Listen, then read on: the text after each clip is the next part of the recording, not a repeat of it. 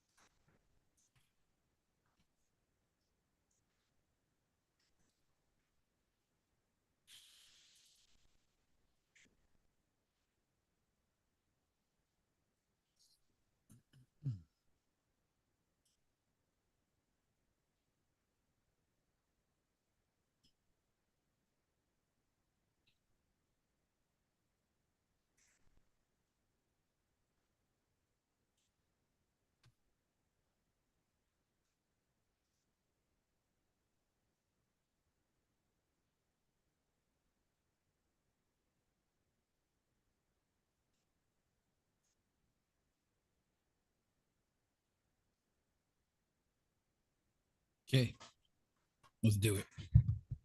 Let's do it.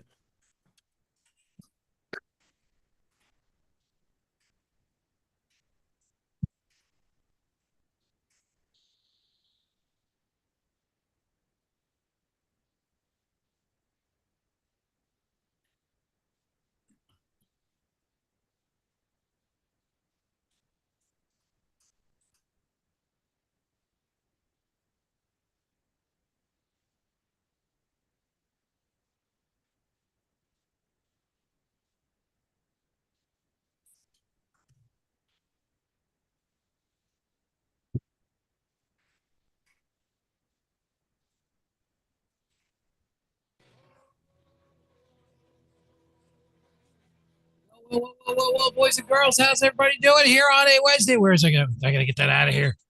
I gotta get that out of here. Make it go away. Make it go away. Stop sharing. There we go. Hey, Oh, a sparkler. how you doing? Oh, I'm good. Everybody, welcome to the WTF radio show. What's the format here on 99 WNRR? I am Mike. I'm Joe. And we're going to be sitting here with you guys for the next foreseeable future. All right, that one's done. Yes. Some sparklers. Of course I did. What's in a sparkler? Do you know? Um, Something that I was taught in science class and didn't pay attention to. I have no idea what's in a sparkler. Let me see. What are they're probably like metal or something or gunpowder, compressed gunpowder. No, gunpowder would yeah, that just makes the fire. The sparkler. It just says sparkler. So I'm curious. Anybody know what this what sparklers are made out of? If you're in the chat and you guys know what sparklers, let us know. Thanks Yes. for joining us. Good to be here with you guys. It's been a crazy, crazy week. We left you guys before what happened. What was a very interesting night, which we don't talk about because we don't do politics. But needless to say, it was very, very interesting.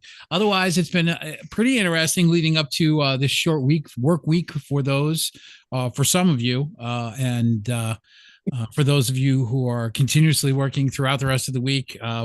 We offer our thoughts because it feels good to have 4 days right now to kick back and talk. Tonight, we're going to do a whole bunch of stuff. We're going to be doing at length our top 10 albums of the 80s. It could be anything. It could be metal, rock, pop, new wave, you name it. We got it. We've got our own list for several reasons. Obviously, there's some, ones that are, going to hit the list. You'd be surprised. I think that some of them, not who did make the list for various reasons of ours. But we'll be doing that as well. So if you guys can hear us in the chat on 99 WNRR, thanks for hanging out, guys. And give us a shout. Let me see. They said a sparkler is a type of handheld firework that burns slowly amidst colored flames, sparks and effects, coated with a mix of potassium, perchlorate, titanium and aluminum, and dextrin. Yes. Aluminum and magnesium are also help create the familiar white glow. Noel, CJ, thank you very much. Appreciate it. We're curious about what you guys, and thank you guys for hanging out in the chat. You can check us out also on the YouTube, streaming live as always at 99 WNRR. Please like, subscribe, and follow because that is what we do now. Yours truly, Artifacts, has thrown away the persona and joined his very, very, very good friend of over 30 plus years, Joe, for the format. So dude, how was your week, man? How you doing? My week was pretty good. There was a few special days that happened, not personally to me, but let's see. We had the one special day, of course, was John Cusack's birthday. Yeah, wish him a happy birthday. That was, I believe, June 28th.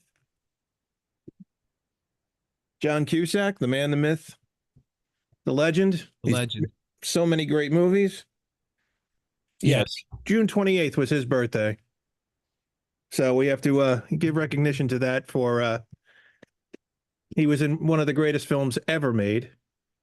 So props to that. Several of the greatest films ever made. Yes, but nothing beats Better Off Dead, Yes. Cusack, Diane Franklin, and of course E.G. Daily. Of course E.G. Daily. Of course E.G. Daily. I tell you what, man, I'm fighting. My mouth is dry. I need to parch myself. I need to drink something. And what better way to quench my thirst than with a.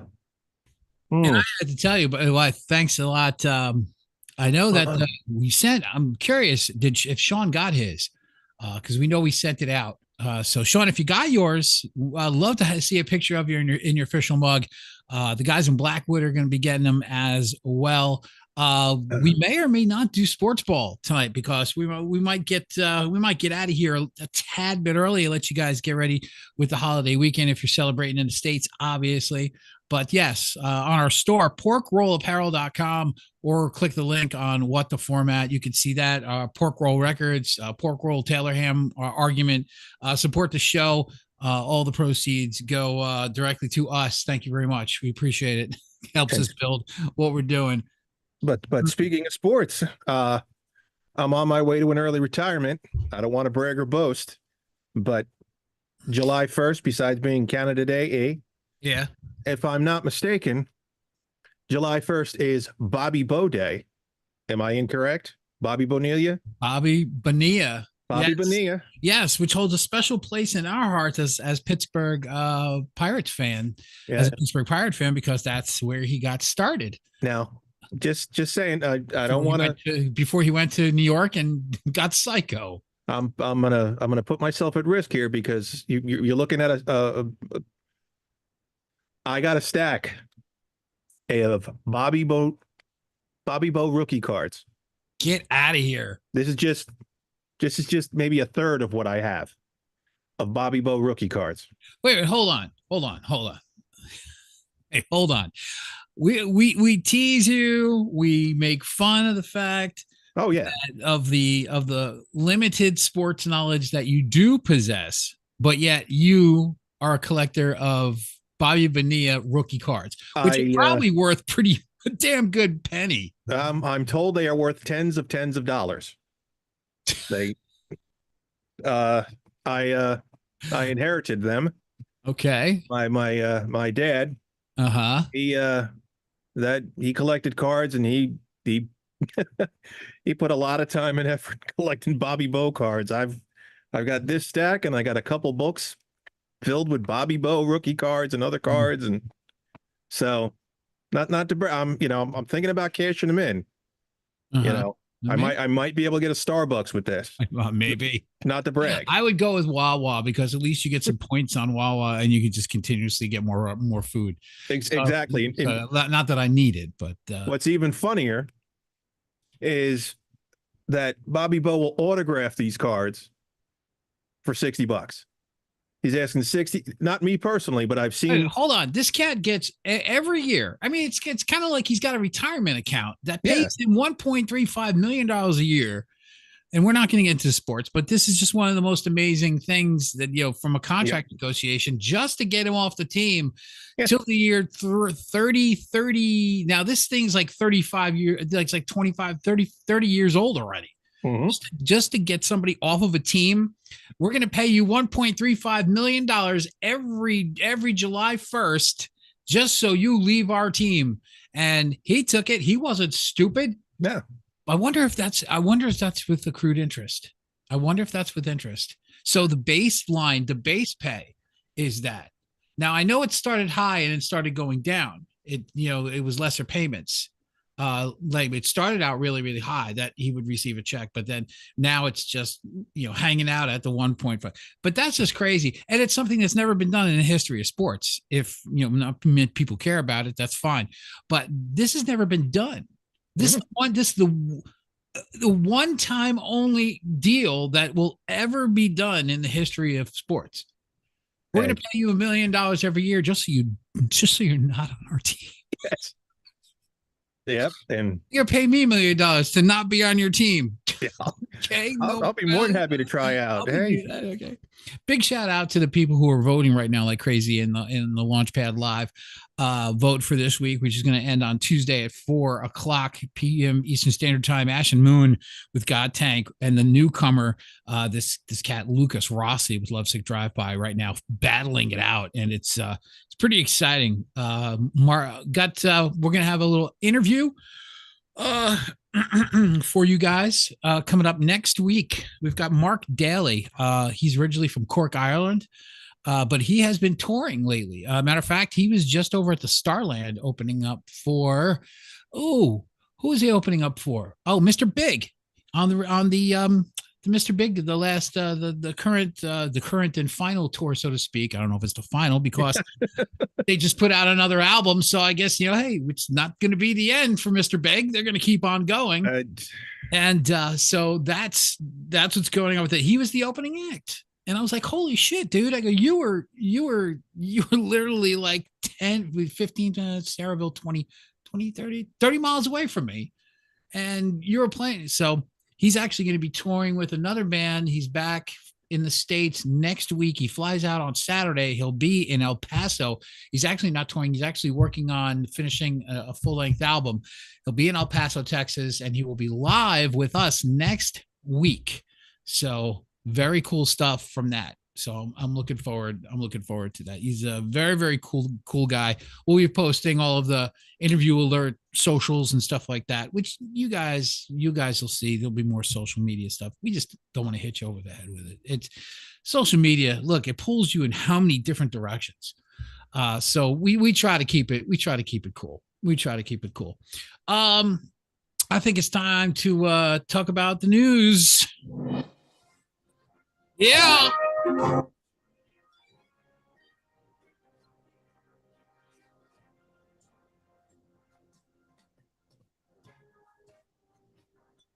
Okay, this is very, very cool. I mean, obviously, we could sit there and talk about what happened, I believe, on Thursday night. Was it Thursday night?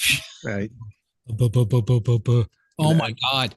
I can't. I just don't want to get into it. It's crazy what happened. But Rick, I don't know if you guys know who Rick Beato is, but Rick Beato is, I'll be honest, I was against Rick. I did not like Rick for what he was doing because he was, I mean, look, he's an amazing producer. He knows music. He's an incredible instructor. But when you start using other people's music to use during your live cast, your live stream, and you're not paying for the rights for it, you're pulling the same kind of stuff as well, it's going to give you exposure. That's kind of always been my cop out, which is why I built 99 New Regal Radio in the first place, is like, because we pay our fees and we pay our rights to broadcast and play music. And the artist gets paid from what we do because we pay into ASCAP, BMI, and SOCAT. So that's what we do. We've always done that since the day we built the station 11 years ago. So I was against Rick because in the beginning, but he's done things that has actually helped the industry. So I'm kind of, I've had some back and forth with him. He's actually okay.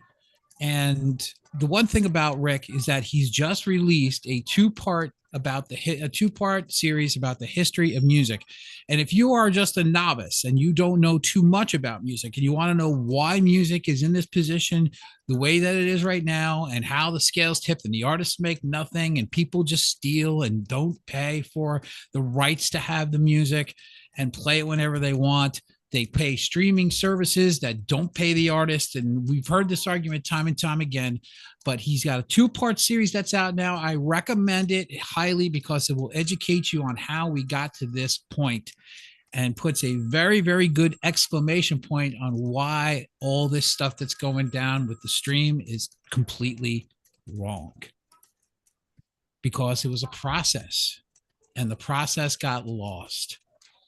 And the reason why we have iconic albums, which me and Joel will be talking about, is because it was a labor of love over a period of time, not to squeeze in and try to make it perfect and have no soul at all. I'm sorry. 99% of the songs that come out from artists, 99. And let's face it, there are a lot. So that little 1% gives me a lot of music to listen to. 99, the soul that you had in the 60s and 50s, 60s, 70s, and 80s is gone. It's not there. It's all condensed, compressed into one area. Quick, in and out, done. Thank you very much. Give me your money or what have you, and I'm done. So please, I encourage you to watch another stream. Watch Rick Beato, his two-part series about the history of music. It's very good. Very good. As far as what I see, as far as bands that are coming out and that are be doing live, there's a big backlash, which we've talked about backing tracks. Now, all of a sudden, people are starting to poo-poo it. Before they were hiding it. And they were just like, oh, it's part of it. Now they're poo-pooing it. Now it's, will we go live? Well, we should have never started using backing tracks in the first place. Support tracks, we get it. We get it. You want to build the chorus. You want to make the chorus big live. I get it. But when you're singing to it and when you're playing to it, more importantly, which again, John 5 had to, defend himself recently about, his playing and that they're playing to tracks, like literally they're not playing live. They're just, faking it on stage. He had to go and defend himself. So obviously it's prevalent out there. And John 5 is playing with whom again?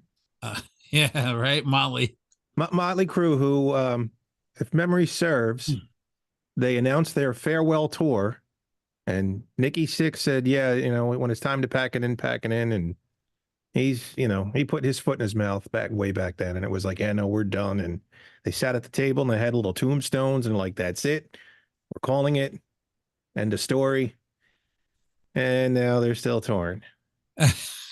And it's still yeah, I did, and that's another thing as far as, look, we've been through this though. The Stones originally want to retire in 73. Kiss has retired how many friggin' times? Motley Crue has now done it. Yeah, how many countless bands have done it? So we take it all with a grain of salt. You're not really retiring. You're not really leaving. Why? Because you like the money. We get it. We get it. Up and call it what it really is. I miss the fans. Shut up. No, you don't. Shut up. I miss the fans. I miss you guys. No, you don't. You miss that more respect for it. Big check, that direct deposit you get at the end of a tour that has 7 to 8 figures in it, and that's what you care about. So stop. And you know what I love, Joe? I so love the people who defend it. Oh, don't you love these people? Don't like the hardcore Kiss fan. Look, we both have every album in album, CD, and cassette. So I don't want to hear anybody squawk about we have no right to talk about Kiss. All right, I have a program from back in 1980 when I saw them at the Garden on the Dynasty tour. Okay, yeah, he and I have. Yeah, we've paid our dues. Literally paid our dues because we bought all the stuff. Yeah, Gene's got a tattoo of our faces on his ass. Yeah, we thank you, thank you, Mike and Joe. We defended them way back when everyone laughed and just said no, they're putting out good music. We bought Unmasked. We bought the Elder. We did so. And no, I keep telling people, I'm like, well. I'd love to get a hardcore Kiss fan on here.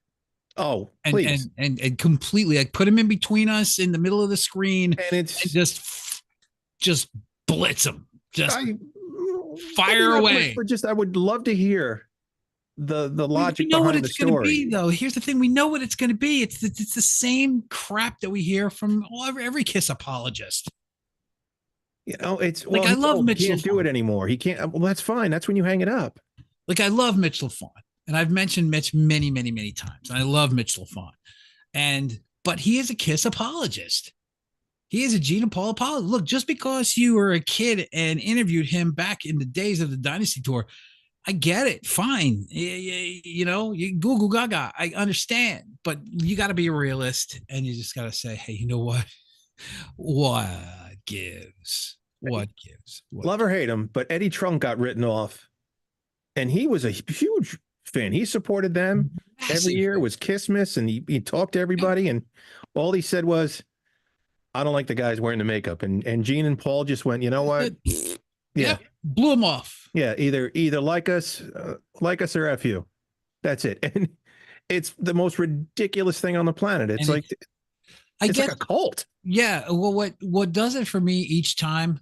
And we're not gonna talk about this anymore because I want to get into these albums. Yeah, because this is a 3-hour show right now. Exactly. Is it's the same shtick. It's the same spiel, right? It's the same. They say the same thing. I mean, it's like written doctrine.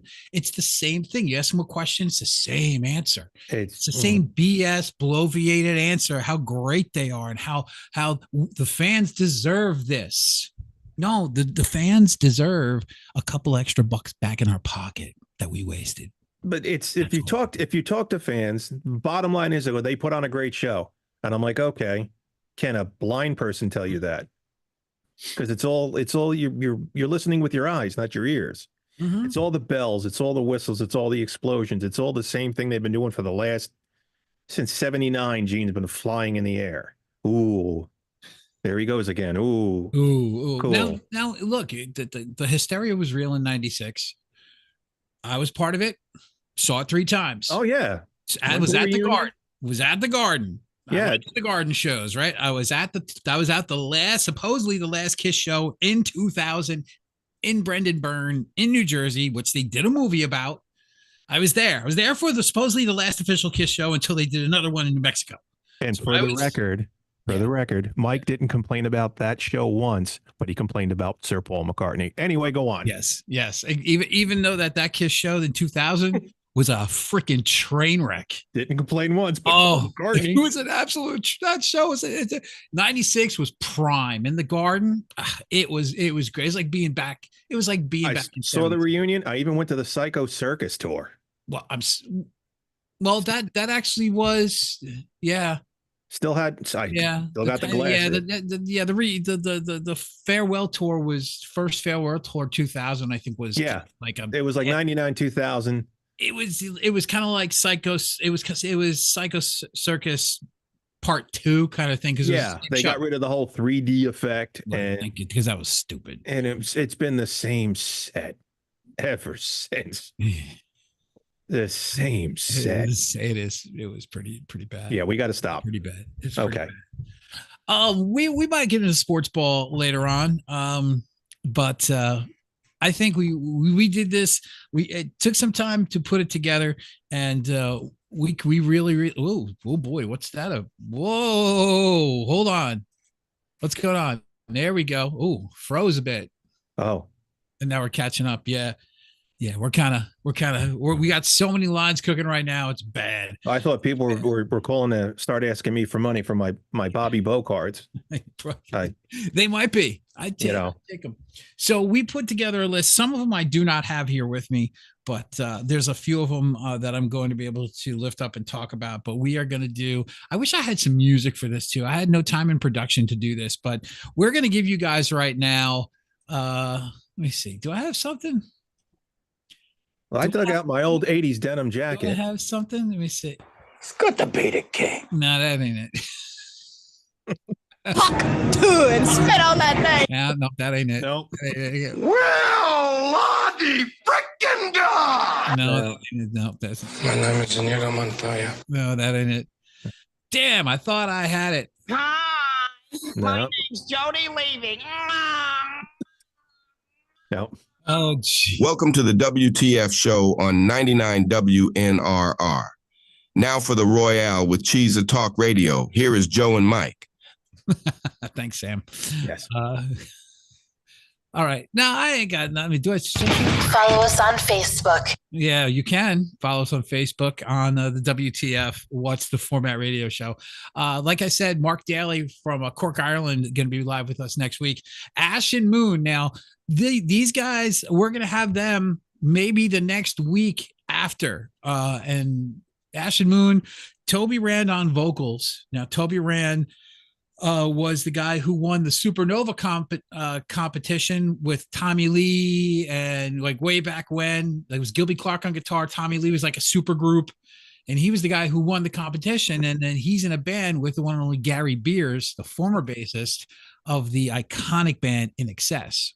And they are the band called Ash and Moon, and they write killer songs. So we're going to have two icons in a couple of weeks here on the WTF radio show. And a couple weeks after that, the one and only Tuck Smith, formerly of the Biters, which if you haven't heard the Biters, you need to check that band out. Of course, they're no longer together. They opened for Ace Frehley a couple tours ago.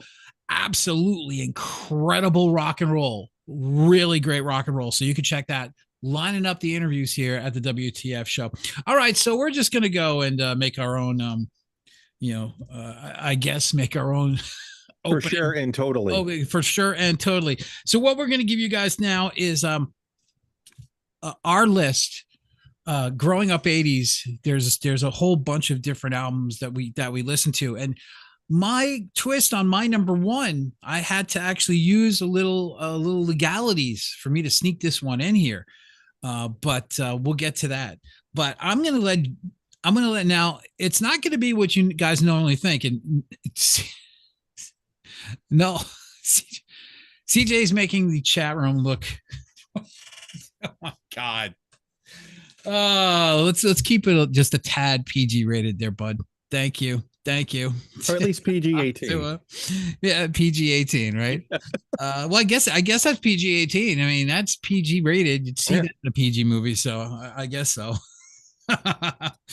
Mara, go look at the chat. We're gonna get in trouble. Oh God. All right.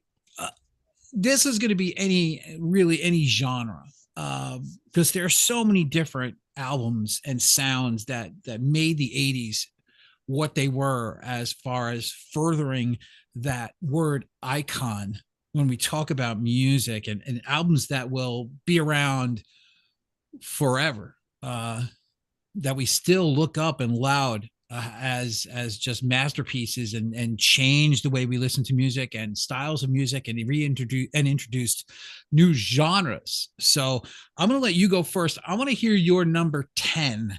What is now they're talking about the 80s, the top 10, any genre, 80s. What are you talking about right now? Well, here's the thing, just real quick. When it was brought up to do this, it was like, oh dear God. And I'm trying to rack my head, and I'm like, okay, what to do? Is it this? Is it that? Should I pick this? Should I pick that? And the only way I did this, where I was able to pull 10 and be happy with it. You're using these words, iconic. This is what I listened to during the 80s. My introduction. Okay. So that's how I picked it, because okay. So what pick iconic? There's just too much there. For me, there's way too much. Okay. So we know where that's going to lay with you. With me, it's that I have to be cognizant.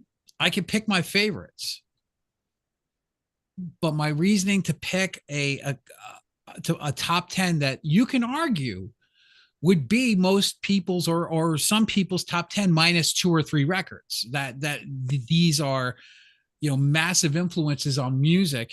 So there's things in there that I don't own, and that's fine. But there are things that I do own, because it's things that I do listen to, because just like me and the rest of the public, back then, there were certain albums that caught our ear, that caught our eyes, that because of their albums, that changed what we thought was a certain style of music. And then all of a sudden we're like, whoa. And it varies, because it opened me up to, different styles of music. And it just happened to be that some of these albums are the band's, quintessential record. So let's get going. So I'm curious. So mine's going to be more mainstream. Remember, this is just the 80s, guys. Just the 80s. This is not the 70s. Because mine then would be all Led Zeppelin. Yeah, okay. that's it would be all Led Zeppelin, and then that would be the show. We were talking about Zeppelin for 3 hours, as far as I'm concerned. This is just the 80s, all different kinds of genres. So there are things that were influential that necessarily weren't metal, but there is metal in my list. I can tell you that right now. All right, 10. All right, so number 10. I'm a little kid. It's a little shocking, but just hear me out. I got Tony Basil, Word of Mouth, who just turned 80. And 80. Thing. Oh, by the way, it's autographed too. Here's the thing. I didn't hear Mickey first. She has a song called You Got a Problem. Once again, I've discussed it in the past. And Nickelodeon pop clips. That's where I saw music videos. This song came on, You Got a Problem. Love the song. Completely love. That's the song I heard, and I was like, oh man, this song is really, really good. Then Mickey came out, and I think a friend of mine bought it, and we listened to the B-side. And the B-side was Thief on the Loose. And I'm like, this song is better than Mickey, at least to my ears. So I bought this album, and I just, again, my least favorite song on here is Mickey. But the rest of the album, Devo's the backing band on it. Everything about it. She has a song with a little bit of edge to it called Be Stiff. She made videos for all this stuff.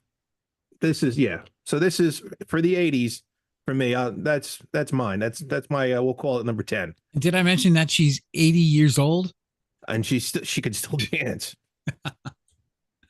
Plus, she was in a whole bunch of movies and such. All right, good job.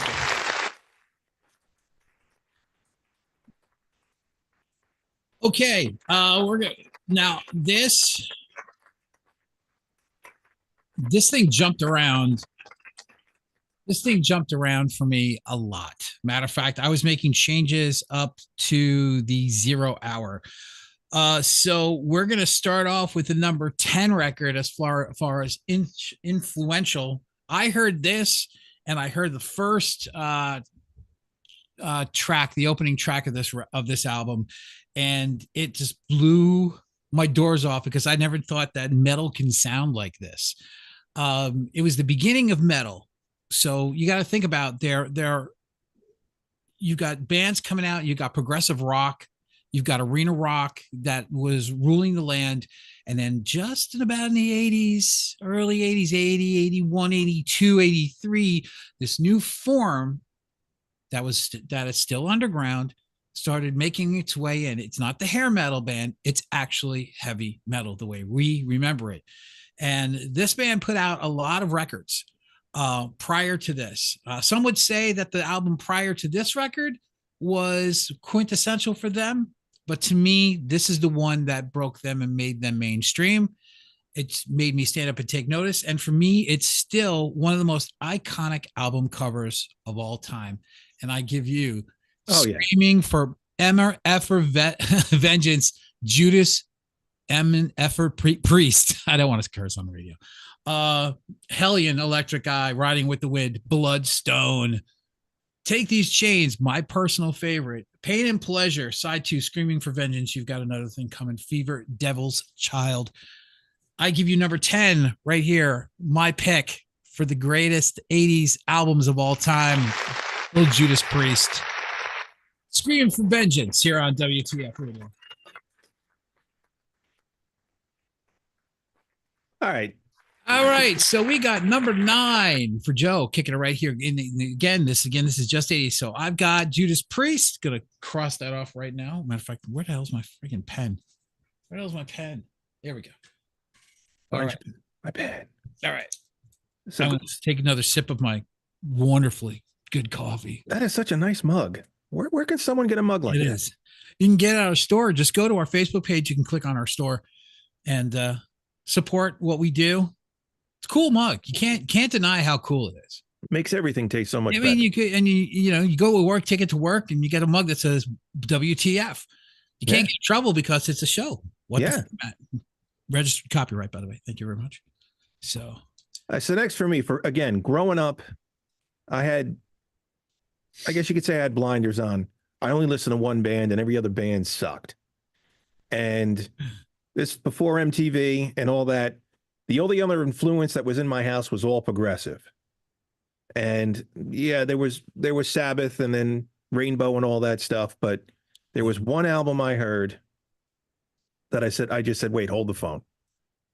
And I really liked it.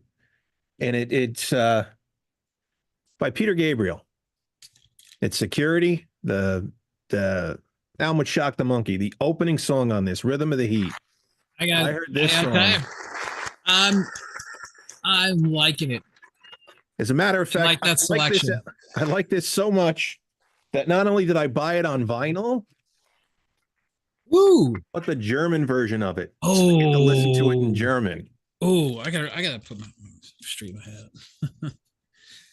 and yes, I do have hair, even though I'm wear the hat for the show. It's a thing. But play this album. And just, it's one of those sit back albums and it's so everything about it just love this album. And believe it or not, it sounds just as good in German. And plus you had to give it props because it's in another language. So thank you, Peter. Let me see. Oh, did I add something there? I think I did. I think I did.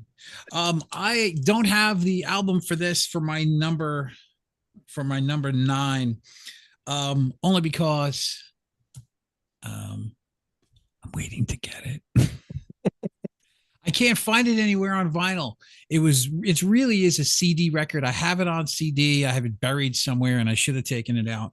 But I can tell you right now that my number 9, maybe if I can find a picture here. Hold on. Let me see if I can find a picture. I think I got a picture here of it. I really do. And I'll admit, I was not a fan of this band. Being a metalhead, it stood against everything that I held sacred when it came to music and heavy metal, which was, if it's pop, if it's crap, I don't want to hear it. If it's progressive, I'll listen to it. And if it's let me see, I think I could do this. Yeah, I'm gonna show this. I think I could show this. Okay, well, there we go. Hold on. Of course, it's too small. Well, yeah. I get you. I bet you hear that a lot. Yeah. Yes. Thank you very much. Why do I get all this crap? No, I don't want that. I want this. I want this image. Anyway. Now you're really starting to sound like your dates. Yeah. Okay. I forget it. I'm going to tell you what it is, even though I'll show you the image. I'll just pop it in somewhere on the edit. Is Depeche Mode's Violator. There has to be a reason why a band, listen to my reasoning. Not only are the tracks amazing, Enjoy the Silence, Waiting for the Night to Fall, Clean, Personal Jesus, not Looking My Shoes, World in My Eyes. There's a reason why at this point in their career, they're selling out places like the Rose Bowl. They're playing outdoor shows and they're literally selling out stadiums around the world. Why? Because it's good. Even though it's not metal, it's not pop, but it was good. And it's a good record front to back. This is one of the most complete records I've heard. So I am going with Violator by Depeche Mode as one of the most iconic records that I've ever heard. The production is ridiculous. It's so deep. It's so dark. Kind of issues in goth in a way. So that's what I'm going with. I'm going with Violator as my number 9. Very nice. All right, back to me. Back to you for your number 8. Okay, I was really, really racking my head. And I was going back and forth. And I kept saying to myself, okay, is it going to be Doctor or is it going to be Unmasked? Doctor, Unmasked. It was just... So my next one, this is where it gets tricky. Yes, I'm going to bring this out. However, this is not good. You need to get this in order for this to be good. It's Kiss, Music from the Elder. The LP, if it's okay, but the remastered CD tells the story in its entirety, how it's meant to be told, how the concept is right there. And believe it or not, it's not a great story. It's not Citizen Kane, but it tells a story. And it ends on one of my all-time favorite Kiss songs, I. Why I never made the set list, why I never made it big, I don't know. A great, great song, but I don't listen to this. I put the album in the collection and have bragging rights, but to listen, I listen to the CD. Mm-hmm. Yes, I have the remastered version sitting up right there. Yes, I do. I am an owner, and I do have the Elder sitting right in there. It's when you listen to it the way it should be heard, it is not a bad album. Okay, so number 8 for Joe is the Elder. Just in the 80s, by the way. Number 9 goes without saying. All right. Thank you, people. Appreciate it. Number 8 for me goes without saying. It is really look at it. Got Testament being put up there. I agree. If I was doing all metal, by the way, if I was doing all metal boys and girls, this whole thing would be Testament. It would be Overkill. It would be of course Metallica. Probably 3 records. It would be Anthrax. There would be so many great metal records, but this goes beyond that. So some of it would say, oh, well, of course it's metal, but these are the albums that opened up not just my learning of genres and appreciation of styles, but they are quintessential records that you listen front to back as well. So you have to have a little something, because everything to me was an influence. That's why I do what I do. So we're going to go with the number 8. This goes without saying. The one tragedy, there's a couple tragedies, but the one tragedy is that the place that this was recorded no longer exists. Iconic records were recorded at the famed Le Studio in Morin Heights in Quebec. When I tell you April Wine, when I tell you Asia, when I say Queensryche, Operation Mindcrime was recorded here. Bowie Let's Dance was recorded there. And it's nothing. It doesn't exist anymore. Any one of these bands could have just invested the money and just kept it going, for the drop of a couple drops of rubles that it would have taken to keep the damn thing going and restore it to its glory, or just keep it there as a monument. And that's what pisses me off, is no one cared. Out of all the bands, no one cared to save Le Studio in Morin Heights. Nobody cared to do it. Pisses me off. I'm actually getting a shirt made with the original Le Studio logo. That's how much I love this place and respect it, because of the amazing music that was made there. Amazing, iconic records that people talk about. But I think we all saw Le Studio for the first time. And while there's many arguments of what their greatest record is, no one can deny that Rush Moving Pictures is really one of the most iconic records of all time.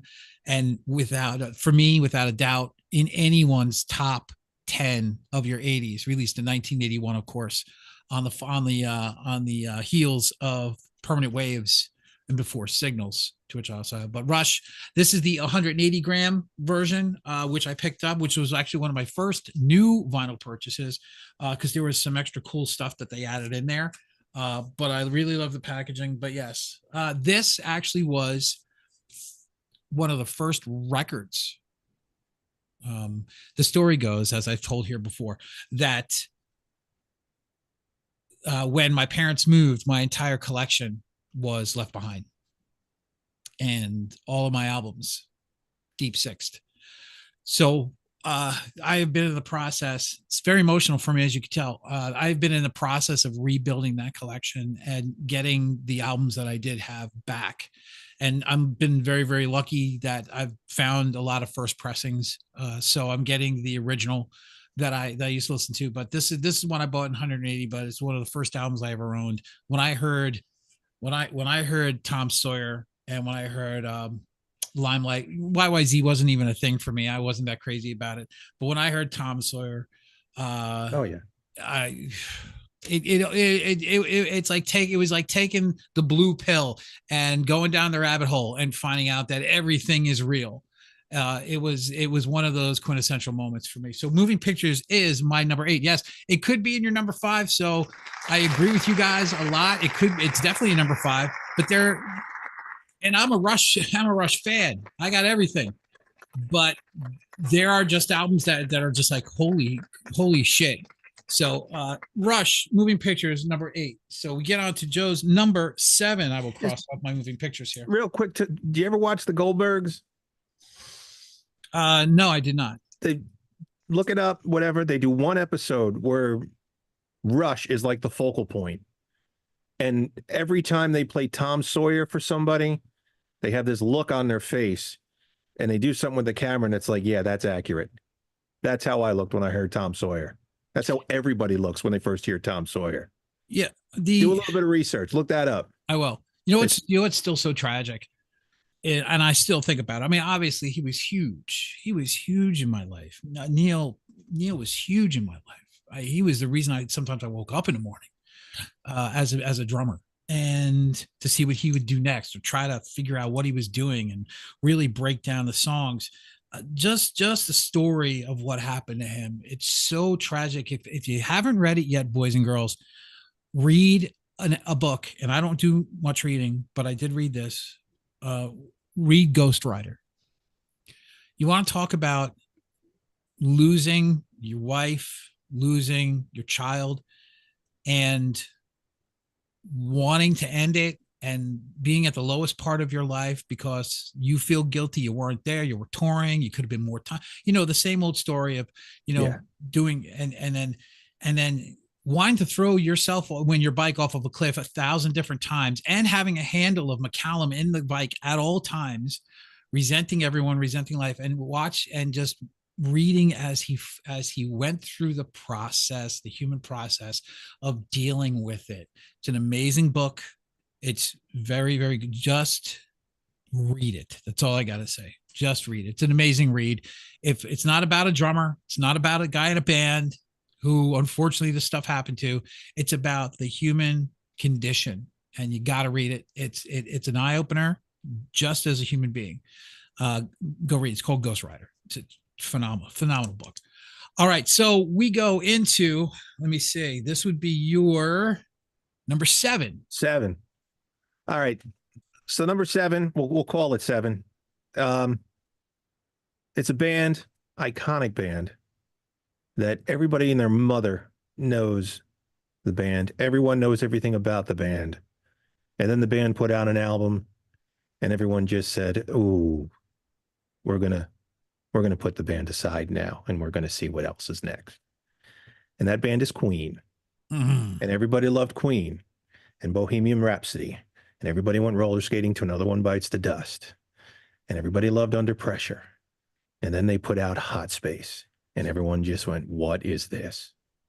And everyone just kind of said, "Okay. Yeah, bye. See ya." We're pretty much done with Queen. All right, Freddie, thanks. Thanks for the memories. Okay, take care. Goodbye. And they just kept going.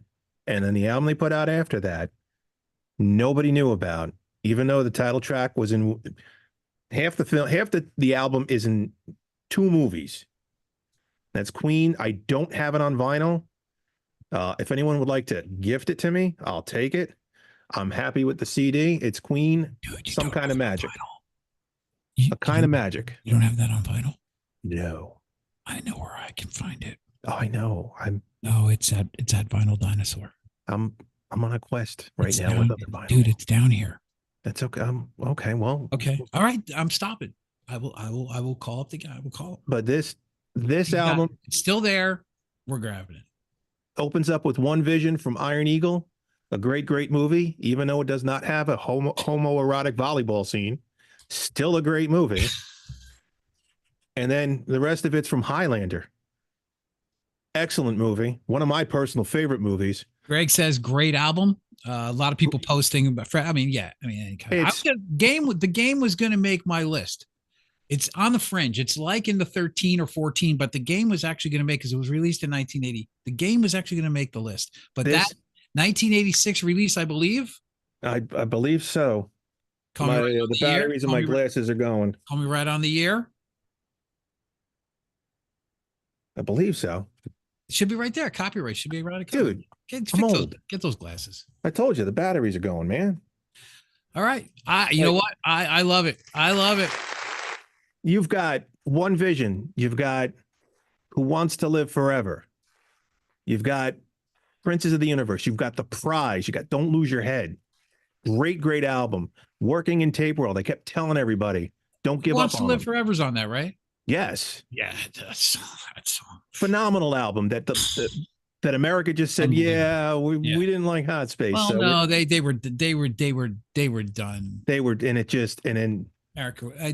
And to make it worse, they were done with the works too. They liked Radio Gaga, but couldn't stand. There was a little bit of, but this, one of my favorites by this band. It's an incredible album that just completely underrated.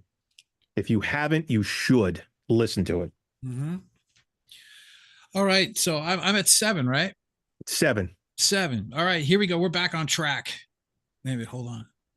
Are we back on track? Yeah, I'm not going to belabor the point on this one, but I think everyone knows. So get ready with your memes out there.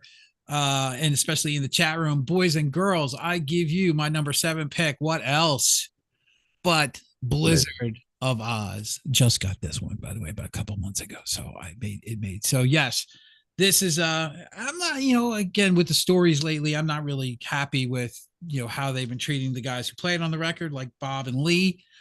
I think Lee passed away, but Lee and Bob Daisley and Lee Kerslake was so important, as just as important as Randy, on making this debut record a reality and have it sound like it is. The iconic logo. I mean, there's nothing to hate about this record, straight up and down. When you talk about debuts, I bring you Ozzy Osbourne, Blizzard of Oz, my choice for number 7. I mean, that's all there is to it. Yeah. There's nothing more you can say. It speaks for itself. Yeah. I mean, yeah, it has to be on the list. I mean, it does have to be on the list. I mean, they're not, I wasn't crazy, no pun intended. I apologize, of every song. But the ones that I was not so about, were like Goo Goo over. Believe it or not, Crazy Train wasn't my favorite track, and still is like one of my least favorite tracks on the record. Mr. Crowley gave me chills the first time I heard it. Just the breakdown, Revelation, Mother Earth. I mean, we're getting into where obviously Randy is using his classical influences on the record, and it really, those bridges and those breakdowns to me elevated the record to almost having a sense of class about it, where, oh my God, this is a really incredible arrangement. It's dark, but it somehow makes sense on this metal record. That's why Steal Away, another great song, of course. Goodbye to Romance, one of my favorites, if not my favorite. I don't know. D's a nice piece. No Bone Movies. Okay. Suicide Solution I wasn't too crazy about, but I think there's like 4 other tracks that I pick over Crazy Train on this record. But I mean, from soup to nuts, boys and girls, you play this from start to finish. Ozzy Osbourne, Blizzard of Oz, my pick at number 7. Okay. So we're going to number 6 right now. And I have an adjustment to make because I brought an album in that I think was on the fringe, and I've actually got to kick one out now, which I don't know how I'm going to do. Was it on the Lunatic Fringe? Oh, please don't get into that record. I want to play that record right now. Oh, want to tell you. Uh-oh. I've been waiting for this one to come in, but.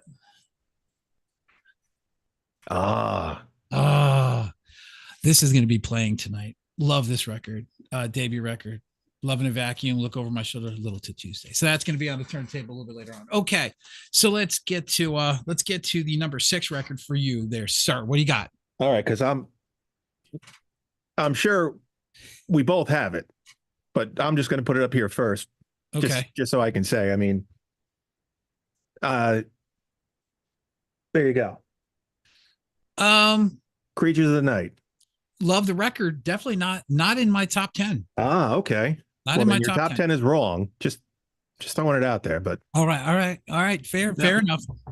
No, it's not in my top 10, but I mean, how could you I mean, this album, can we agree on this? I mean, we all look, first 7 studio albums, it's what we grew up loving. Right. Okay, up through Love Gun. Can we say that this is their best record? For me, it's up there. That's not my question.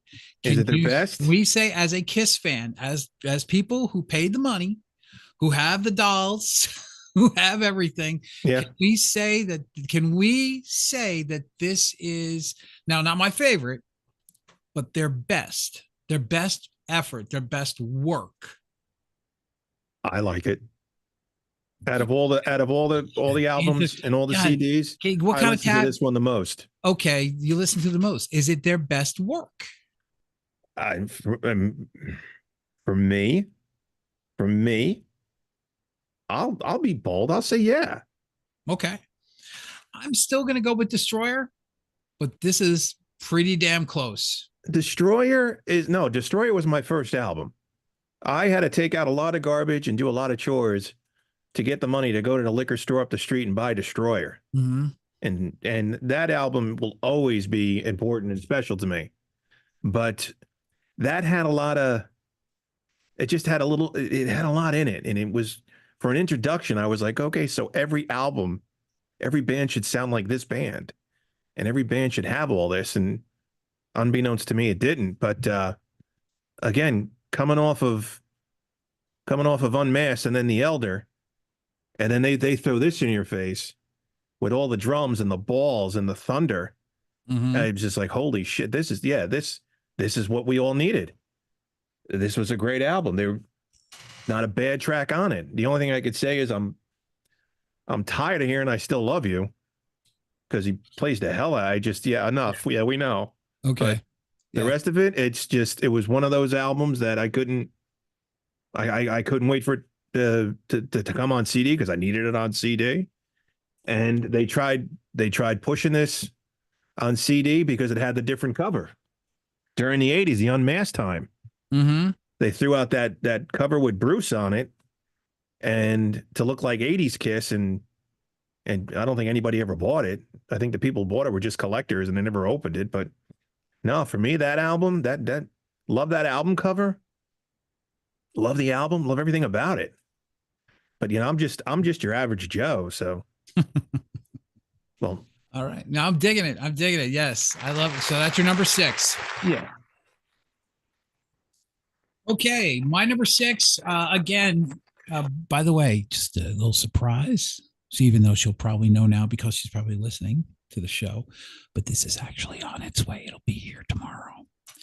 I've been looking for this one for a while because it's definitely got to be in the collection. It's not something I did have in the original collection, but for me, it's one of those bands again that over time I had to realize what I was listening to and the brilliance of the playing and the songwriting.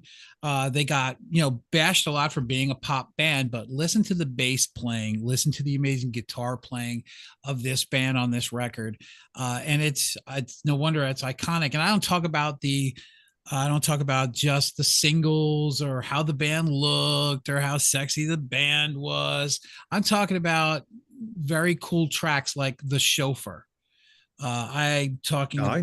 Yes. Okay. So my number 6 is, look, this album came out and they just went ballistic. And that's because when you really get down to it, it's a wonderfully crafted record. And I talk about Duran Duran, Rio. Got to be in there. John Taylor's bass work is something of magic. Andy Taylor's guitar work, absolutely amazing what they were able to do on those tracks. They hit the nail on the head. And what we heard from that, we had never heard before. It was a completely different sound that we had never heard. You had pop, you had reggae, you had rock influence from Andy. You had just so many different genres going back and forth. And like I said, it's a deep record, and you have to go front to back. Save a Prayer is one of the most beautifully written songs. Absolutely beautiful. So I have to go with Rio. Definitely as my number 6. Sir, number 5 for you. All right, for me, well, side note, you should listen to the band Goldfinger. They do a nice cover of Rio. You should check that out. Will do. Now, number 5 for me is okay. So the movie Risky Business, you had Tangerine Dream, and you had the subway music and the subway ride and everything. So for me, Tangerine Dream logos live. This was a CD I would listen to a lot. I didn't have Barry White back then, so when trying to impress or what have you, I dim the lights and put on some Tangerine Dream, and yeah, this was the CD. Before Dreamweaver, I had Tangerine Dream live logos and play this in the room all the time. This. Regardless, it's not a bad listen. Pretty relaxing, pretty cool, but yeah, I had to throw this one in there. Going deep. Yeah, it is. Yeah, you have to go eclectic. Just I would expect nothing less. I really wouldn't expect nothing less. it's it served a purpose, but rather enjoyable. This next one is, I think, to me, probably the band's quintessential record. Obviously because of the singles that it spawned, but for my money, this was, I mean, obviously their best performance, I think, on vinyl. Kevin Ellison produced this one, as he did many versions, but this is an album that, number one, I like side 2, which doesn't have the popular songs except for one, over side 1. But this is one of those, you play the first song, you have to play to the last song. Probably one of the most requested songs of all time on this record, but still, it's the one that I can't stand.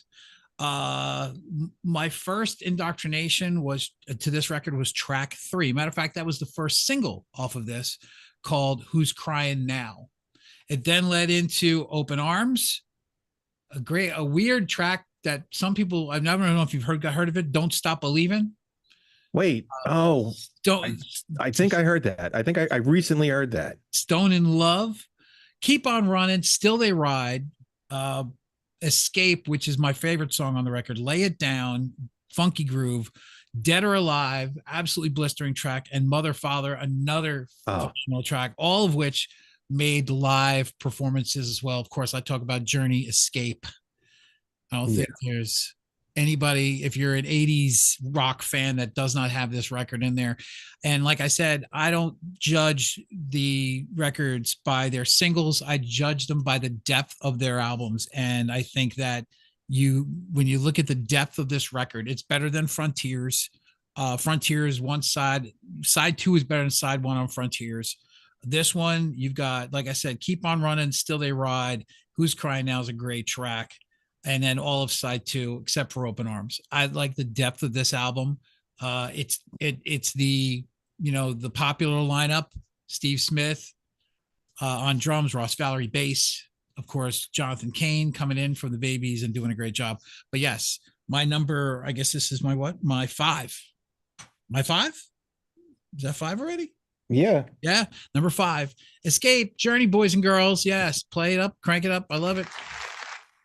I'll have to look for that. What is it called? Don't stop believing. It's a pretty cool, cool track. I'll have to look that one up. I don't think I've ever heard that one. Okay, just so you guys know, I'm gonna give you a little tidbit on what I have in my honorable mention, like literally just right off the fringe. Before we get into the top 4. My favorite Metallica record was at 11. I couldn't consciously put it in front of Priest.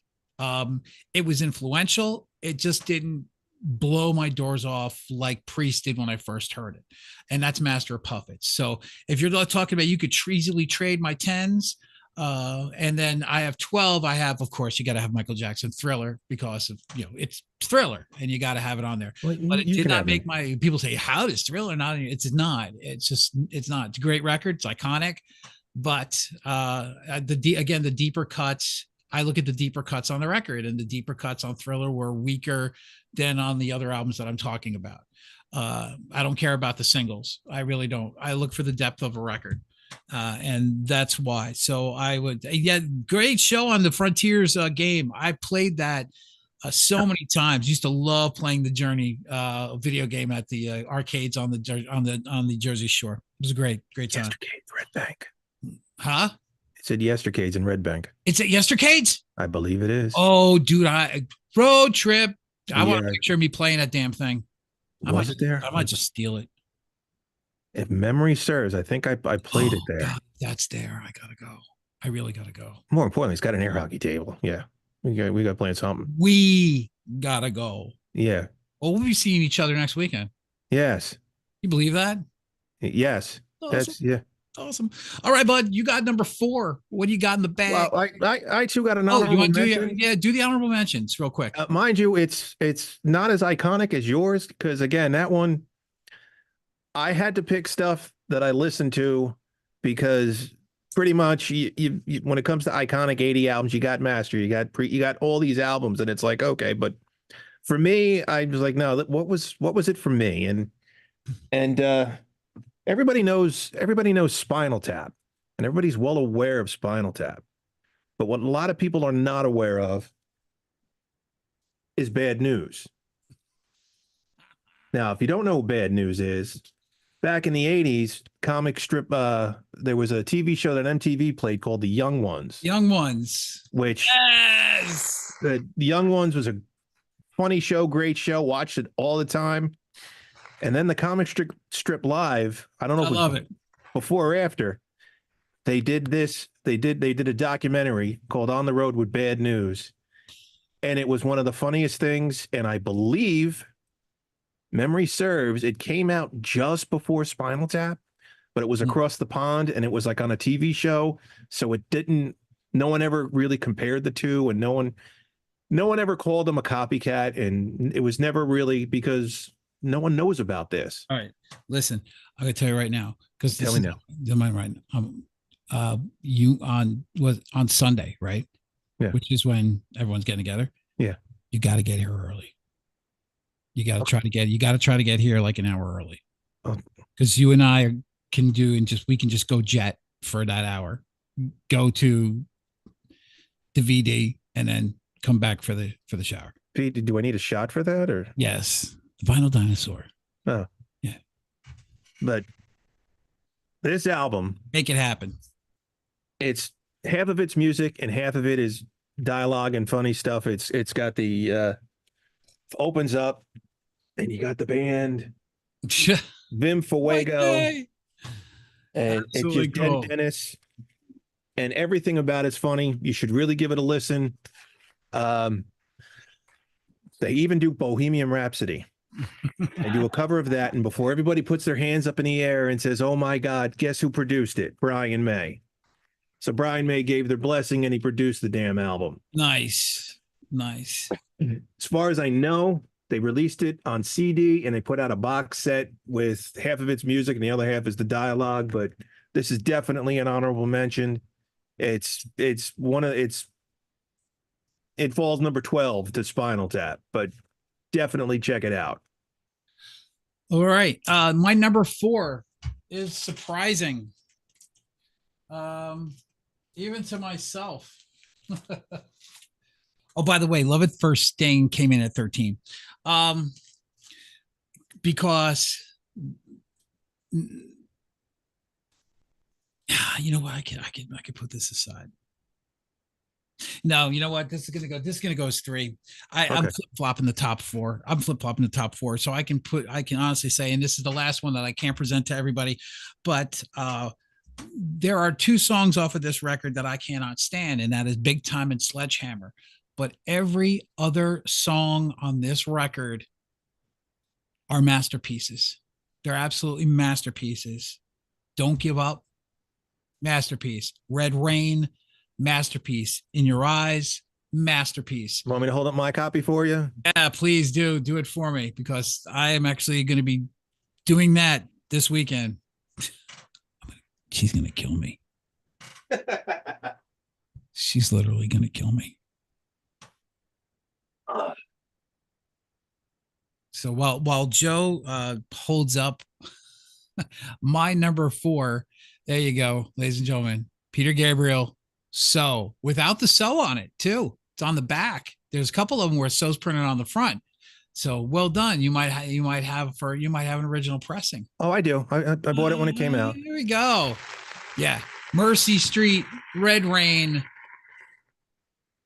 Don't Give Up, In Your Eyes. Forget about the 2 videos.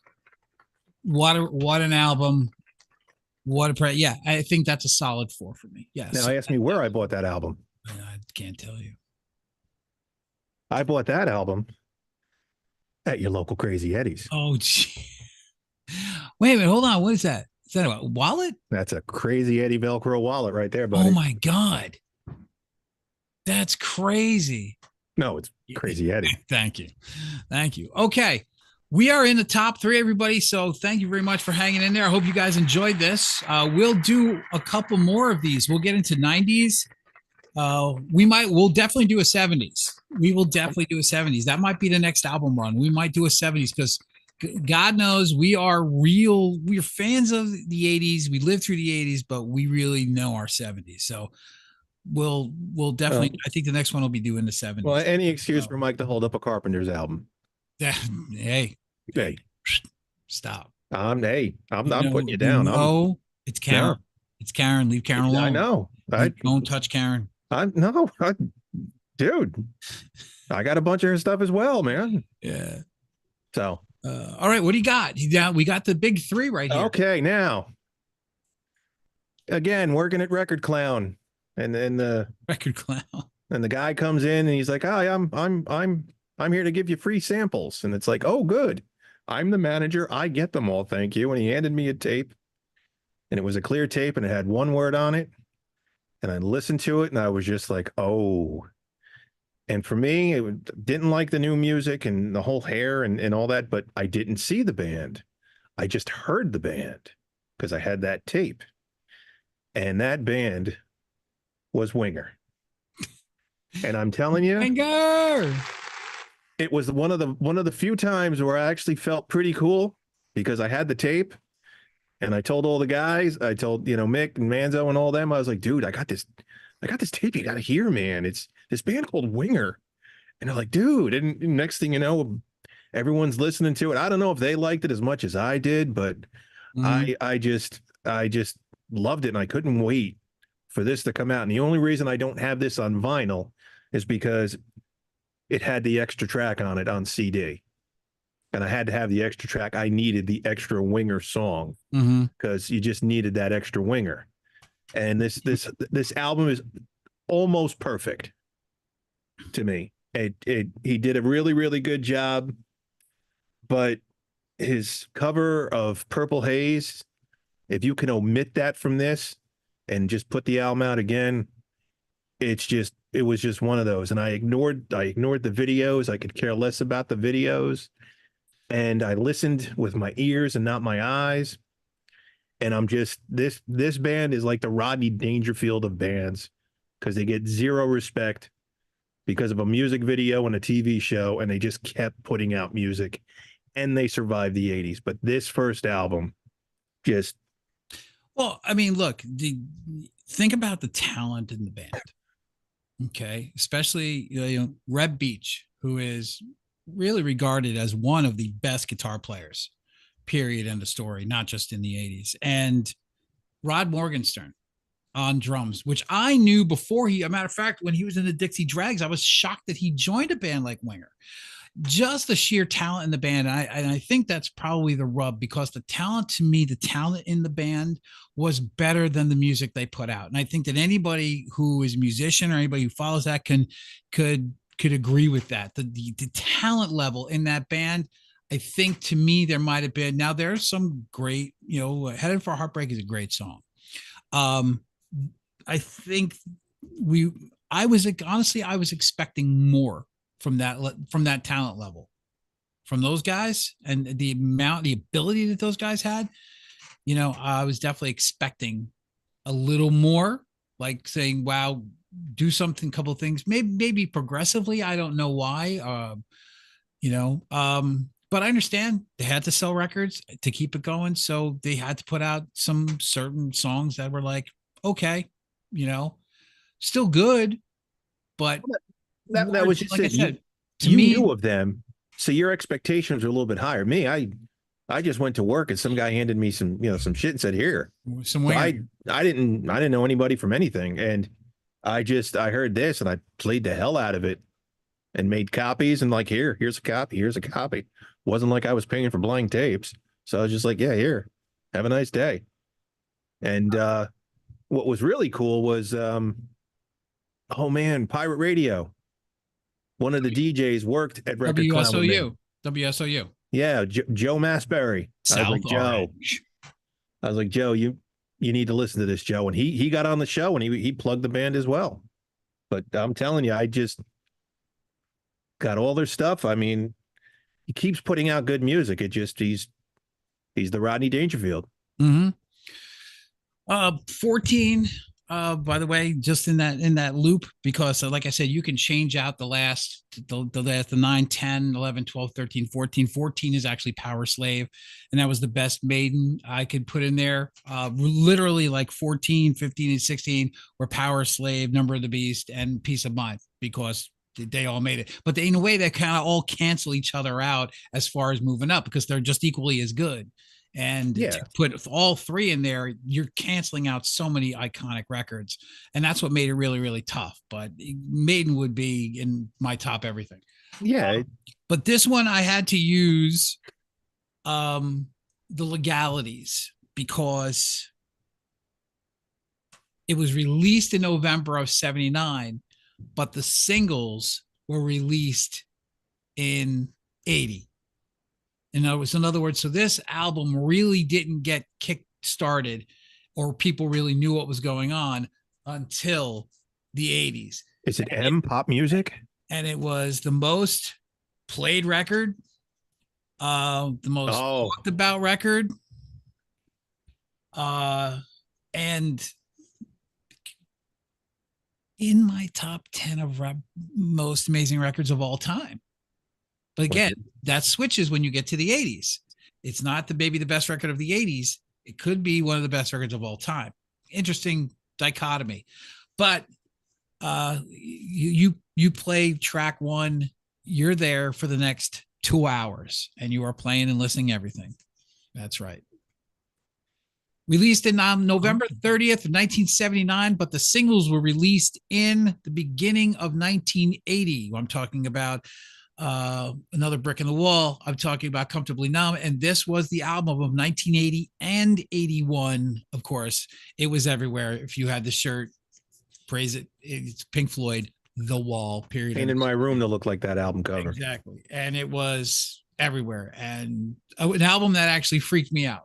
It was just so out there that I could. Now you say, what could be better than that? Well, I have two albums that really changed the course for me of music when I heard them, and I was just like, oh my God. Well, just to show you where my head was going when you were talking about the 79-80 cross, I was like, ooh, is it the Knack?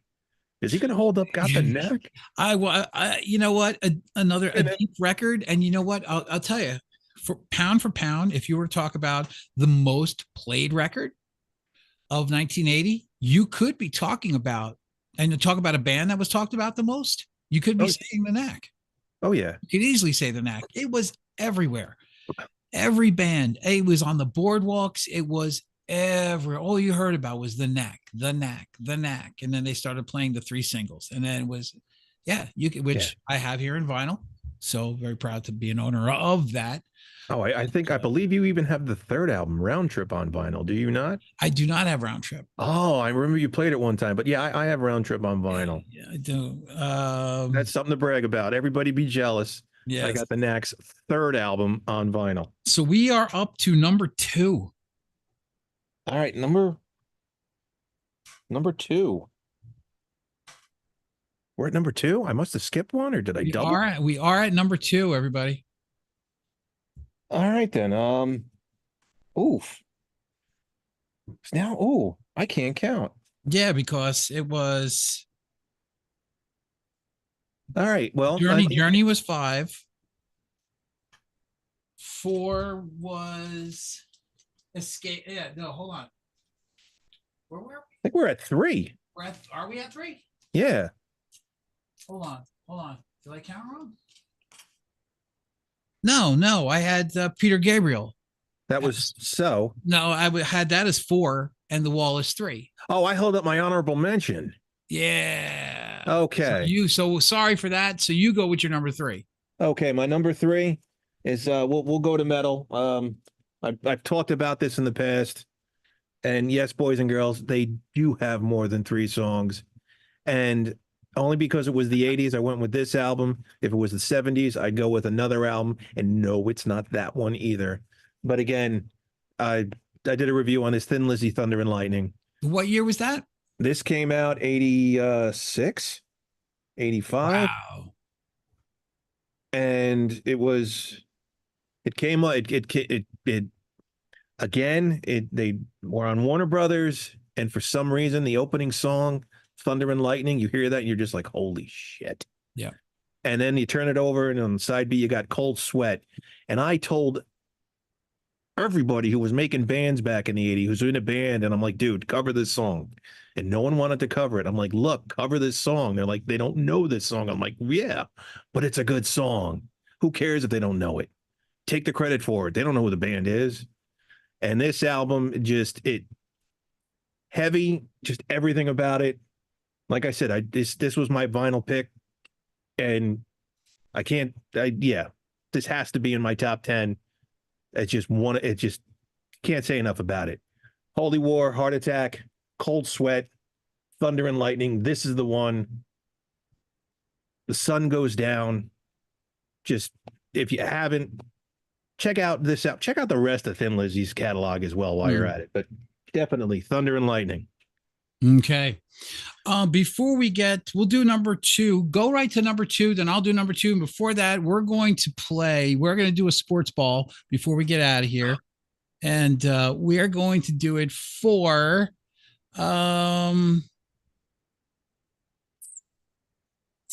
let me see. We'll do it for let me see. Hey, if anyone who's in the chat right now on 99 WNRR, first one to say I want a mug in the chat, that's who we'll play it for. And Sean, you already have one coming, so you can't play. So if anyone who says I want a WTF mug, you'll be the one that Joe's going to play for you during our question and answer sports ball coming up right after we do our number 2. So write it in the chat room, and you'll be the one we play for. All right. So your number 2 is what? My number 2, and this is a repeat, but again, this is the 80s, and again, Crazy Eddie's. And I'm sorry, but it's a repeat, but it's Strange Advance, the first album, Worlds Away. You already did a yeah. So this to talk about it just going to be real brief, but just the opening track, you hear it, and it has a nice little guitar hook, and you're just like, whoa, but definitely one worth checking out. I mean, that's it. We're good. Strange Advance, Worlds Away. Check it out. Okay, awesome. Strange Advance, Worlds Away. Very curious to hear what that number 1 is. All right, it looks like I Want a Mug. Look what we're playing for Chris. Just so you know, Chris, how sports ball goes is that we asked Joe a few different sports questions, and if he gets them all right, we actually send you an official mug. We'll just need all of your shipping information and stuff like that, free of charge. My number 2, I had this on cassette and played it out till it warped. Matter of fact, there's a sad story of how one of 2 cassettes got destroyed traveling in the summer. One of my friends, we didn't have cars, we didn't have money back then, but one guy that I was friends with, he had a car, but it was a rust bucket, and he literally had this, like, we used to travel, just so you guys know, and when you grow up on the Jersey Shore, and it's the 80s, and money's tight, inflation, everything like that, if you have a car, you're like amazing, you're like, wow. And these were beat up rust buckets that students drove around, but they had a great stereo. Yes, always had a great stereo. This one he had a little rust. He was so happy that he had a car, but it literally had a rust in the floorboard. There was a little, like, a rust hole that you could see the road underneath. So I had my boom box, and he's like, hey, Mike's got the new tape in there, and we're cranking, we're playing it. It's like, hey, that's so cool. Next thing you know, Cliffwood Beach has a tendency of flooding out. Well, he ran over this, and literally like a geyser shot up through the back seat, and my radio just happened to be right underneath it. Destroyed the radio, destroyed the tape, everything. It just blew it up, and I had lost my brand new Panasonic boombox, and was. But more importantly, you lost the tape. Very, very, very upset. But again, one of these things where, well, first of all, when it comes to this one, I look at the first single was so unique. I had never heard a sound like this. The fact that they were hard rock metal was a plus, but I just never heard a track like this. I never heard how the vocals were layered. The hook was amazing. And then I listened to the rest of the record and went, oh my God, I have never heard anything like this before. Tasty, catchy, dark. And then I watched the videos. Gotta be one of the coolest bands I've ever seen, on a video. I'm like, wow, these guys are badass. I want the shirt. I want everything to do with these guys. Unfortunately for me, my love for this band ended with this. I still saw them. I liked what they did, but to me, this is the quintessential album for this band. People will disagree. They will say the album after this one, but to me, this was their sound, not the pop crap that came after it. Sorry, but I love this record. I really do. My number 2, Pyromania by Def Leppard. Rock Till You Drop, leading into Photograph, Stage Fright, amazing track. Too Late for Love, hello. Die Hard the Hunter, my favorite song on the record. Foolin' was a great track. Wasn't a huge fan of Rock of Ages, Action Not Words, but Coming Under Fire and Billy's Got a Gun. They had a bluesy, dark side to it when Steve Clark was part of that band that was forever lost after his passing. If he would have stayed alive, I think they would have churned out a heavier sounding album like this again. Hysteria to me is just too pop. Yes, there's so many great songs on it. But when I hear songs like Run Riot, there's not a Run Riot on this record. Okay. When I hear Armageddon It, there's not an Armageddon It on this record. This is a rock heavy metal record as it was 1983. And here's the thing. It tipped the scales. This album competed with Michael Jackson's Thriller to be, and if it wasn't for Thriller, would have been the number 1 record. And that to me is why this is such an important album, because it changed the face and to me launched what we all absorbed as the window for heavy metal to take over the airways. This was the record.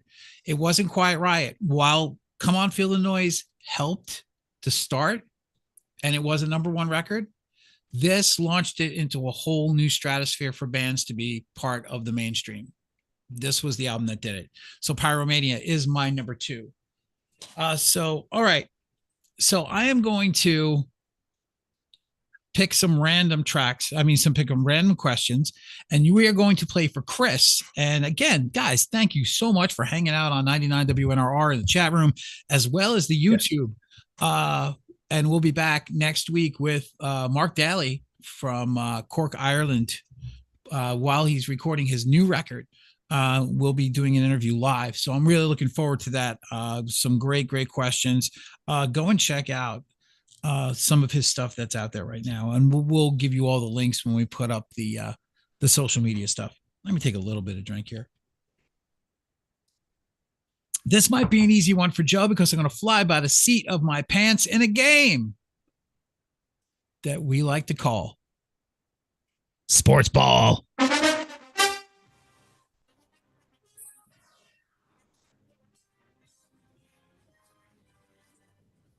The game where winners become losers and losers never win. This is Sports Ball.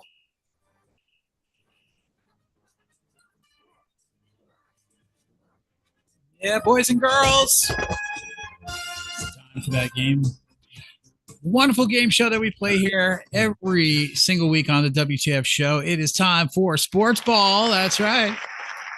Joe's going to try to win you guys an official show mug. And if you guys are liking what we're talking about, and you guys appreciate music the way we do, and you guys are digging on what we're doing, let everybody else know, please. And then you guys can join us in on the chat, also on the YouTube as well, for next week when we open up the questions for Mark Daly and go over. Maybe we'll pick another decade and we'll do this for next week. There's more than enough fodder for us to go back at it again, and you guys seem to be digging on what we're doing. So thank you so much. We very much appreciate it. We very much appreciate it. Thank you very much.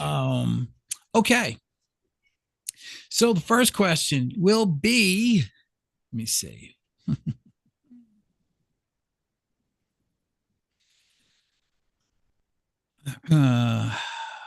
Lionel Messi is a famous soccer player. Can you tell me what the famous tournament that will be happening in 2 years? What is its name? The World Cup. Is the World Cup?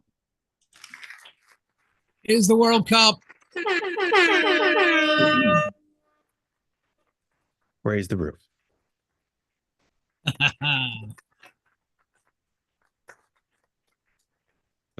Okay. So we go to the next one. The next question is another easy one I'm going to give for you. Okay, ready? LeBron James. You know LeBron James, right? Yes, he's the quarterback for the Cowboys. Yes. Yes. LeBron James and is now playing with his son. Yes, Bronny James was drafted by the team that his father plays for. Can you name that team? Nope. You cannot. Wait a minute. Hold on. I haven't given you. Can you name the team? It's multiple choice. Okay. If it's multiple choice, I got a shot. Okay. Is it the Cleveland Cavaliers? Is it the Boston Celtics? Is it the Los Angeles Lakers? Or is it the New York Knicks? LeBron James.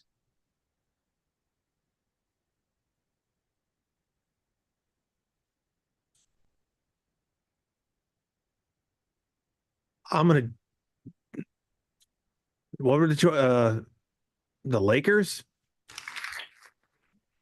Give him the Lakers. Congratulations. You pulled that one out of your ass. Yeah.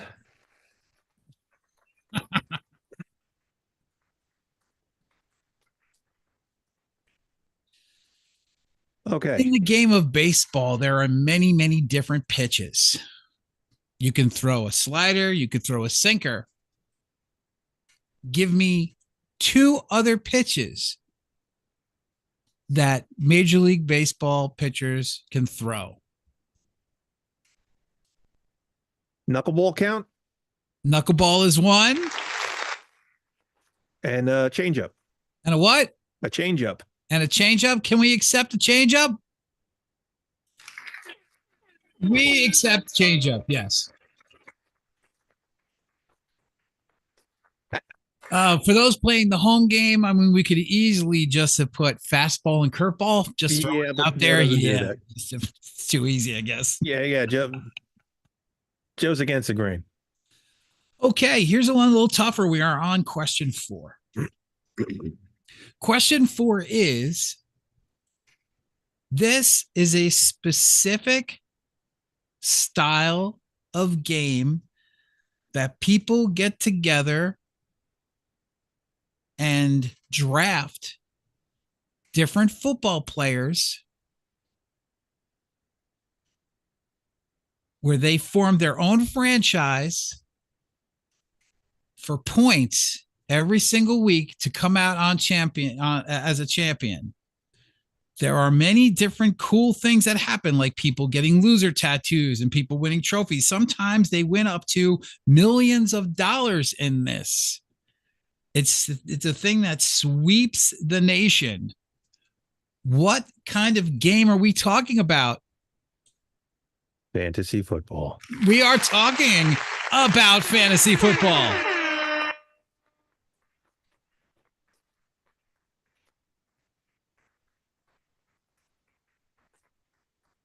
Knew that one. Heard you complain about it many times. And lastly, we have a tennis question.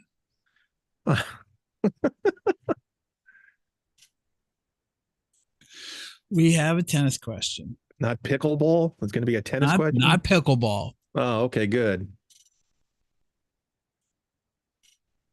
What is the current championship and the most famous tournament in all of tennis that is being played right now in England? The Wimbledon? Is it Wimbledon?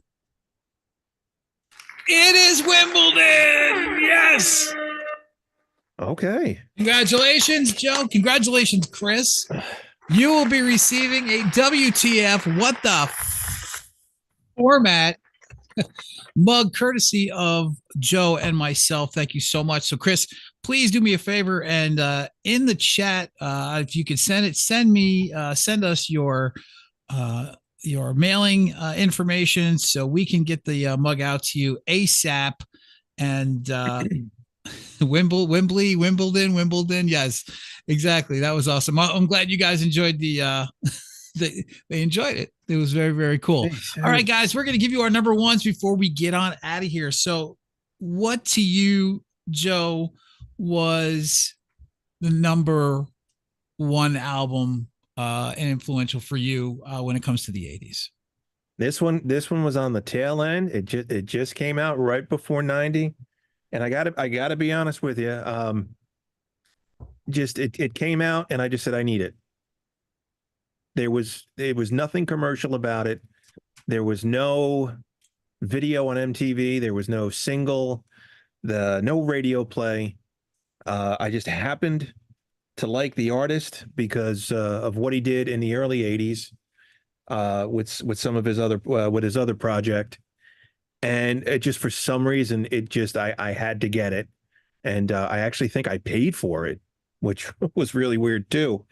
I can't talk enough about the album. I know I've given it as gifts to people, and it is Neil Sean's Late Night.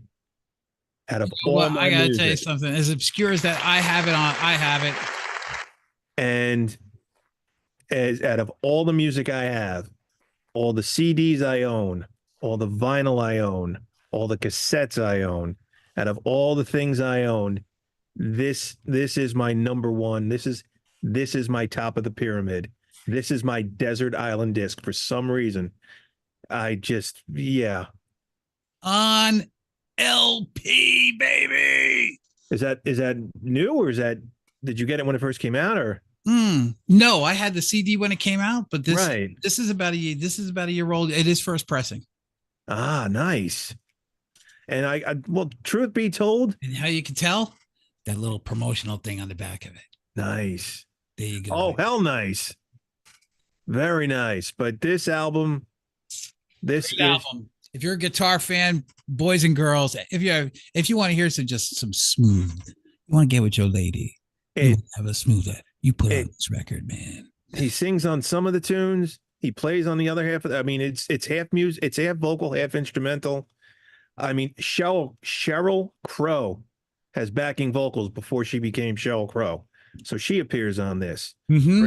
I'm not happy about it, but Randy Jackson's the damn bass player. Mm-hmm. But Jackson, Steve Smith on drums, of course. Yeah, I heard it, and for some reason, it's one of those. It's an album. Mm-hmm. You just can't put a song on. You're like, no, I just want to hear this song and have a nice day. You got to listen to it. It's an entirety. You have to put it on and leave it on and just hear it. If I'm in a bad mood or in a bad way, I put this on. If it just, for some reason, this is it.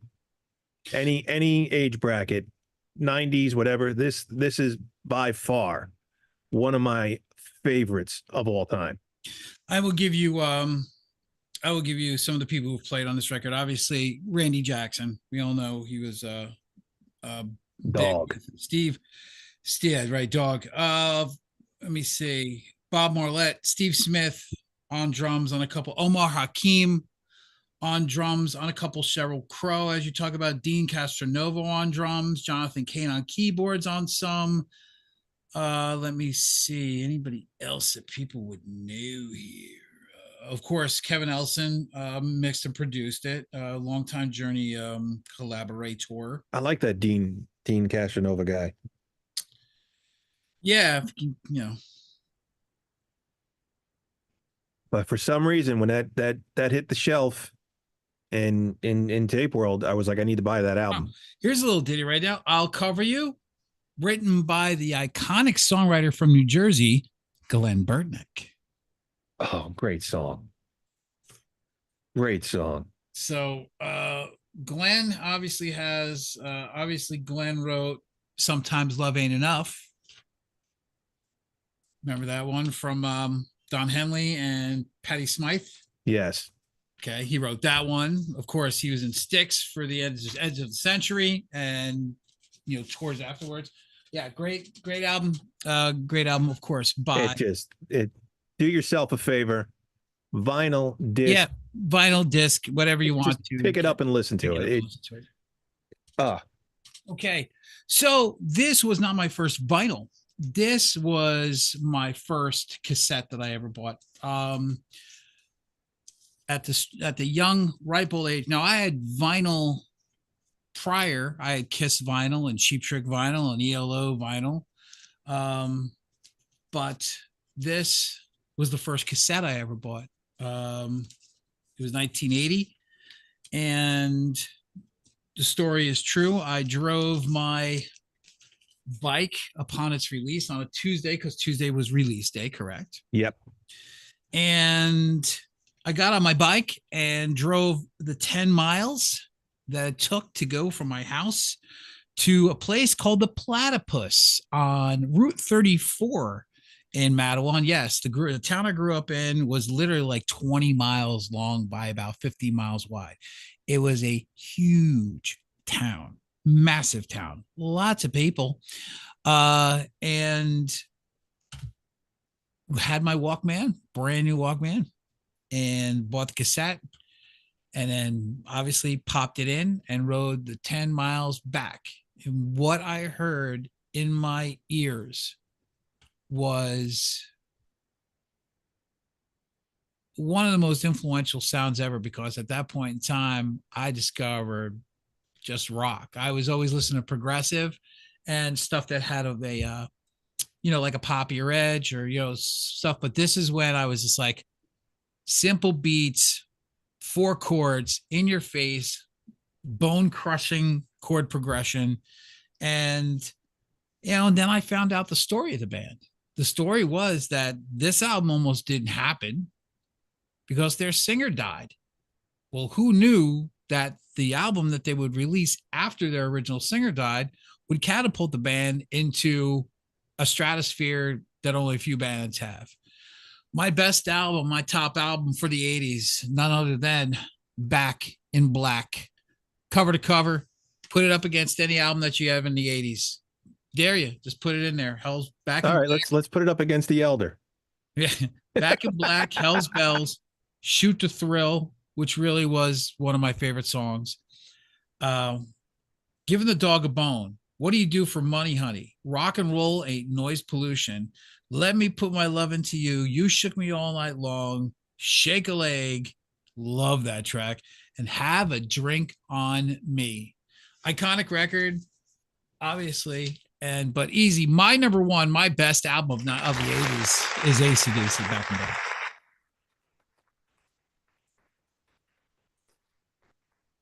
And again, not for Back in Black, not for you. Matter of fact, I can't stand You Shook Me All Night Long. I can't stand that song. Not for Back in Black, but I'm talking for Shake a Leg. Oh yeah. I'm talking about Shoot to Thrill, which was my favorite song on the record, still is. What Do You Do for Money, Honey? Rock and Roll Ain't Noise Pollution, and Have a Drink on Me, and of course Hell's Bells. You can keep the 2 singles, chuck them to the side. You give me the rest of the record, I will put that on my plate and devour it every single freaking time. And that's why it is my favorite album of the 80s. And can't beat it. boys and girls, next week, of course, we will have Mark Daly here live at 9:30. He will be in El Paso, Texas, working on his new record while he's in the middle and getting ready for a tour. And looking forward to talking with him, not only just about the music, but also his upbringing, living in a town of Cork, Ireland, to which I will be visiting in the next couple of months. So I'm looking forward to kind of trouncing through those areas and seeing what he grew up with. So it looks great. I cannot wait to be in the town of Cork and Cove. That they'll be starting on October 8th and returning the following week. So, but as for us, we have, of course, July 4th celebrating in the next, let me say, it would be tomorrow, wouldn't it? Yep. Yeah. That would be tomorrow as we celebrate the 4th of July here in the States. And there's going to be fireworks. There's going to be a lot of fireworks. Again, thank you guys for tuning in. If you like what you're hearing, give us this is something we like to do. We call this the People's Podcast because we really talk about the stuff that you guys talk about. So if you guys have an idea, you can send us, and I want you to write this down, pencil it in, WTF@WTFcast.com. That's our official email. Either me or Joe are going to get it. We're not going to have a middle guy or whatever. We'll read it directly. If you have a subject that you want us to tackle and talk about, or top 10s or this, go ahead. Like I said, the story goes 30 plus blank years ago. These two schmoes got together and they met and started their friendship while working in a place called Tape World. And we would talk music 24/7. It still hasn't changed. And that's why we're together now doing what we do best, which is really talk about music. So if you guys want to give us any kind of concept you guys want us to talk about or tackle for a show, throw it on there. We'll definitely do that. And we'll throw you some swag as a thank you as well. So don't forget. So Chris, definitely, you know what? Send it to I'm going to put this right now in the chat, WTF@WTFcast.com. It's in the chat room right now. There you go. Send us an email on anything you guys want us to tackle on. Anything else before we close it out there? Good, sir. I will see you obviously next Saturday, next Sunday, but we'll be talking obviously for next week, and as we prep for next week's show. Yes, indeedy. What's up? What's anything before we close it out? No. I was thinking of a nice topic. What you were saying and all that about. We should have a list of songs that we'd be happy with never hearing again. We could do that. That's the one thing about getting old, is hearing these friggin' songs way too long. Way too long. We could do that. We could do that. Yeah, that dude is just like, I can do without that one. Okay. Yeah, I can do without that one. All right, let's give it a shot. Guys, have a great 4th. If you're happy 4th of July, all guys, have and be safe out there. Have a great week. We already look forward to next week's show. We love doing this, and 10:47, and the shows just keep getting more fun for me, and can't wait to get to the next one already, guys. Take care. God bless y'all. Peace. Stay safe out there. We'll catch you. Take care, all. Good night. Yep, we'll do that. So we're going to do this ceremonial flip over here as we do, and we share it, and we share it. And May you go to bed with 10 fingers tomorrow night. Here we go. Kick it.